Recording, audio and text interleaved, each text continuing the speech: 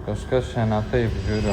Vėl su krešais. Sugalvojau vienas pats išvažiuoti link Trakų į Madžiūnus. Ten vyko Drift Groundsai su gatinė padanga tokios varžybos. Sakau, pasitreniruosiu prieš Estijos pro etapą porinius, šiek tiek reakcijos laiką ir taip toliau. Tai nuvažiavęs su savo, sakykime, gan nelėtą mašiną, visiškai nesivaldė automobilis su gatinė padanga. Treniruotėse pačioje pradžioje nuslydau į blokus su galu.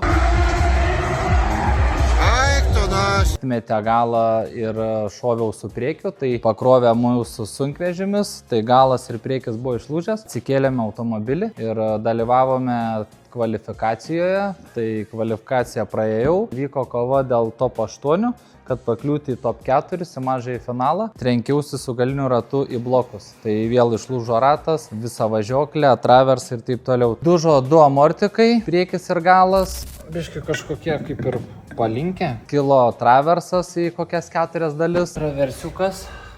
Biškai pasiniokojas, pavirinimų prašo. Plyšo Winterso visi varžtai. Winterso varžtelis nulūžęs, reikia išsriekti. Daugiau dužo body kitas. Body įlenkta.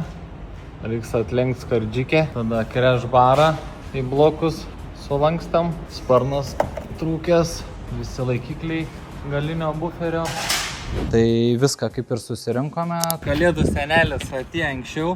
Šausim visus 4 naujus amortikus. O čia priekiniai amortikai. Koks grožis. Atvažiavom pas savo partnerius UAB Metmega, mūsų pagrindinius rėmėjus. Tai pagelbėjo su galiniu tiltu. Visur pervirino siūlės. Wintersui buvo nulūžę varžtai, tai privirino ir išsuko varžtus. Tai dabar liko dėti tik naujas dalis, visus naujus varžtus, nieko negimdome, nededame seno, viską dedame naują, kad laikytų mums viskas pro lygoje. Už 2 dienų dalyvaujame Estijoje, tai turime viską spėti. Tai va, palaikom.